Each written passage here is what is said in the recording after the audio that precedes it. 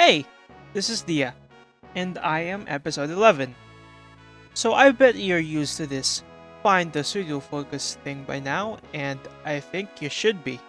Specifically, I hope you're accustomed to the algebra of the steps involved in getting the pseudo-focus, because we're gonna turn up the heat on this episode by getting more general. As you have seen in the title, we're going to deal with AXN to find its pseudo-focus or foci, where A is some stretch factor and n is some power of x, making it a monomial of the nth degree. But first, let's look at AXN. When we graph this function, we are able to play with the two variables. Playing with n is the most interesting part, as it impacts the shape of the graph more than A, and since the pseudo-focus depends on the curvature and shape of the graph, we can infer that the expressions around the PFs really depend on n. With that said, we'll expect a lot of n's throughout our 5-step results. Speaking of 5-step rule, let's begin finding the exact location of the pseudo-focus with step 1. Find f prime, and f triple prime. Taking the derivatives of AXN is no different than doing that of AX cubed and AX fourth. We just multiply the power n, then chip a single power off the exponent. Therefore, our function AXN has the derivative of n times AX to the n minus 1. Hope you have processed that, because then we derive this expression again for f prime prime. Taking the derivative yields n times n minus 1 times a times x to the n minus 2. Alright, if you have a pattern in your head, then the next third derivative of this makes n times n minus 1 times n minus 2 times a times x to the n minus 3. As usual, these three derivatives will serve their purpose in step 2, where we solve the equation 3f prime squared equals f triple prime times f prime squared plus 1. This is the part where algebra hell commences. Throughout these algebra segments, I'm anxiously forewarning you with the presence of overwhelming exponent algebra. So, let's descend to number hell and cue the sudden death music. Substituting the f's of this equation, we have 3 times nax to the n minus 1, n times n minus 1, ax to the n minus 2 squared equals n times n minus 1 times n minus 2 ax of n minus 3 power times n 8x to the n minus 1 squared plus 1. Wow, this is one heck of a monster, right? Anyways, let's play our first card by applying the squares from both sides of each equation, where the left one becomes n squared times n minus 1 squared a squared x to the 2n minus 4. And the right one becomes n squared a squared x to the 2n minus 2. Next, let us multiply the left factors, resulting to 3n cubed, n minus 1 squared, a cubed, x to the 3n minus 5.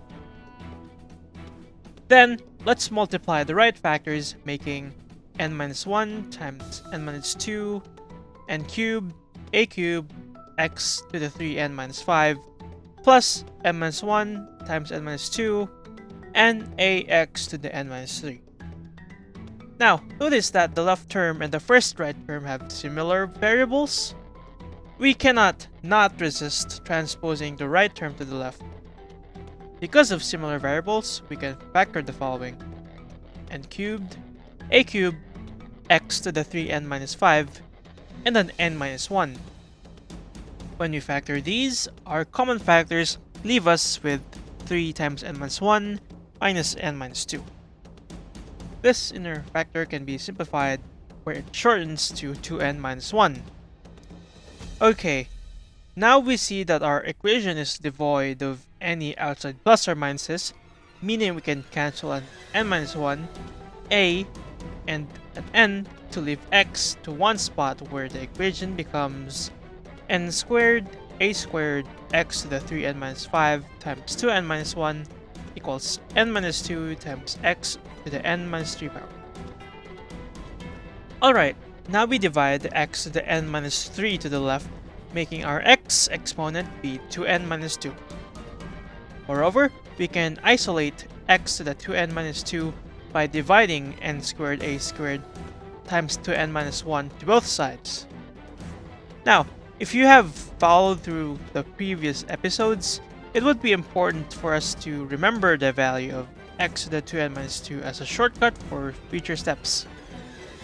After that, we take the 2n minus 2 root of both sides to get the expression for x alone, yielding 2n minus 2 root of n minus 2 over n squared a squared times 2n minus 1.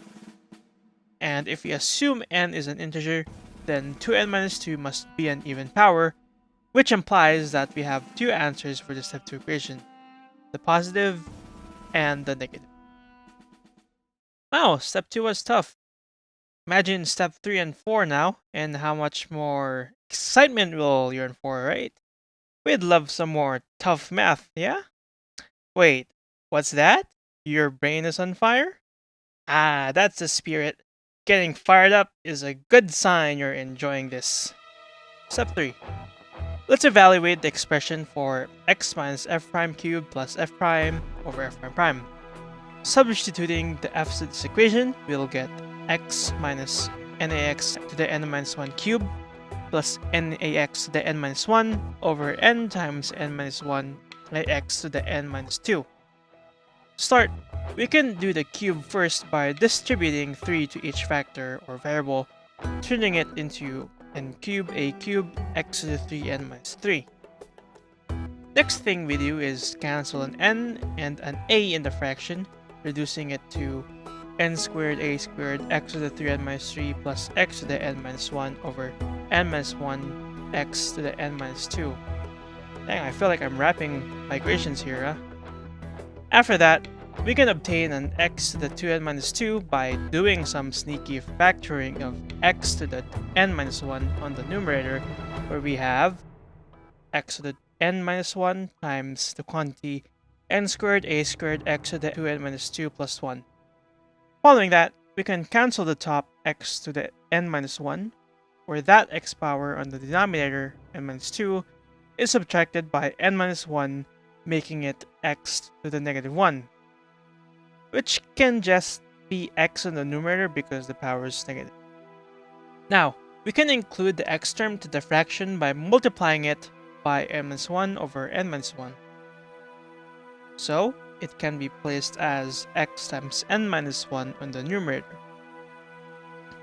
Following that, we can factor an x on the numerator, where the inner factors are n minus 1 minus n squared a squared x to the 2n minus 2 minus 1. In the factor, the 1's can subtract 2. Alright, it's time. Let's unleash the x on substitution of x to the 2n minus 2 inner fraction, which we record in step 2. Well, now, we have an n squared a squared to cancel, so let's get rid of those. Afterwards, we arrange the inner factor to n minus 2 minus n minus 2 over 2n minus 1. So then we can factor an n minus 2. With the inner factor of 1 minus 1 over 2n minus 1, for this inner factor, we can also express it as 2n minus 1 over 2n minus 1, which also simplifies to 2 times n minus 1 over 2n minus 1. The reason for this is to cancel an n minus 1 in the fraction. After cancelling, we end up with 2 times n minus 2 over 2n minus 1 times x. Lastly, since we have nothing more to simplify, we can expand the x, leaving us with 2 times n minus 2, 2n minus 1 times 2n minus 2 root of n minus 2 over n squared a squared times 2n minus 1. What's that? You want to start step 4? You asked for it. Let's go! Step 4. F plus f prime squared plus 1 over f prime prime. Doing the f's, we get xn plus nax to the n minus 1 squared plus 1 over n times n minus 1 ax to the n minus 2. To start, we evaluate the square where it turns into n squared a squared x to the 2n minus 2. Immediately, we have a 2n minus power, but not yet. Next up, we include axn to the fraction by multiplying it by the denominator. With the axn on top, let's multiply axn in the denominator factor, making it n minus 1 times n times a squared times x to the 2n minus 2. After that, we can now factor an n, an a squared, and an x to the 2n minus 2 to both terms where we have n a squared x to the 2n minus 2 times n minus 1 plus n. These guys add to 2n minus 1. Now, we have an x to the 2n minus 2 that we can unsub. So, here we go. Afterwards, let's cancel some terms like a squared, n, and 2n minus 1. Honestly, if this plus 1 did not exist, our job would have been easier, but we have to include it to the top fraction by multiplying it by n, which makes the top numerator 2n minus 2. Alright, since we're out of annoying pluses, let us then put this n to the bottom.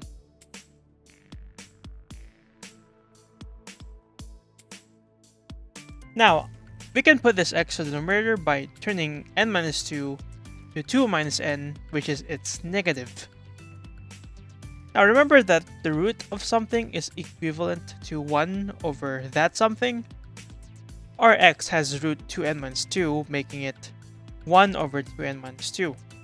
So when we unsub the x, we will have the big fraction to 1 over 2n minus 2 exponent to the 2 minus n. These exponents simply multiply together, making it 2 minus n over 2n minus 2. Altogether, we have 2 over an squared times n minus 2 over a squared n squared times 2n minus 1 to the 2 minus n over 2n minus 2 power.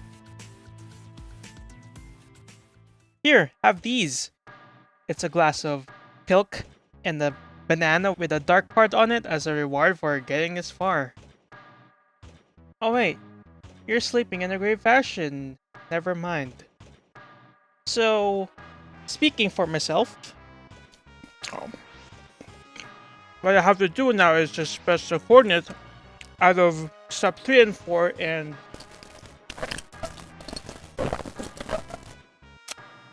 then explain what this point means mathematically. So I have 2 times n minus 2 over 2n minus 1 times 2n minus 2 root of n minus 2 over n squared a squared times 2n minus 1 for the x coordinate, and then 2 over an squared times n minus 2 over a squared n squared times 2n minus 1 to the 2 minus 2 over 2n minus 2 power for the y coordinate. Alright, you know that. I know that I still have the negative answer to account for the second PF. So how do I do that? The simple way to find out is to observe the behavior of the function when I tinker with the variables. Now, I gotta let me know that PFs always lie under curvature. As I may see here, when n is even, the right PF is on the first quadrant and the left on the second quadrant.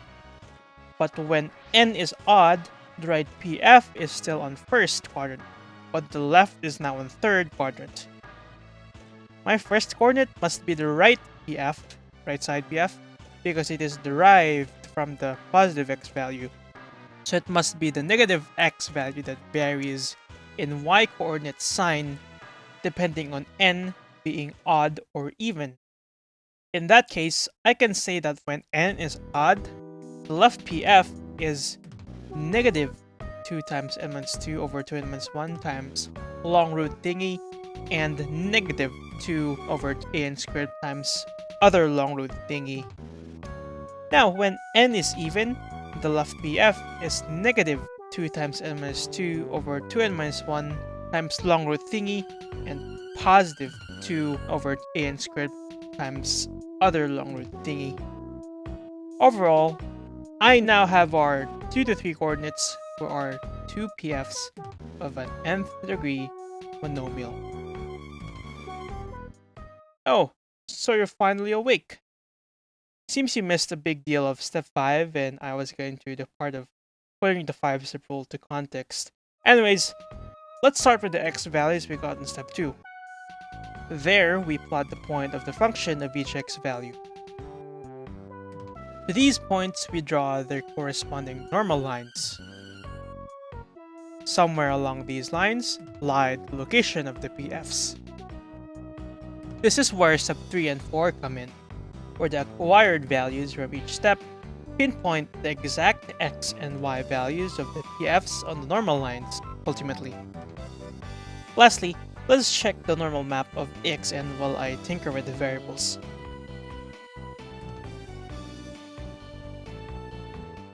Yep, that's it for this episode, but seriously, I think this episode would be as much algebra as you can take for like a week, considering the heaping and spaghetti pile of rules of exponents algebra steps in every 5-step rule step. So I'll close my remarks by saying that you shall provide to your math brain a well-deserved rest. See ya.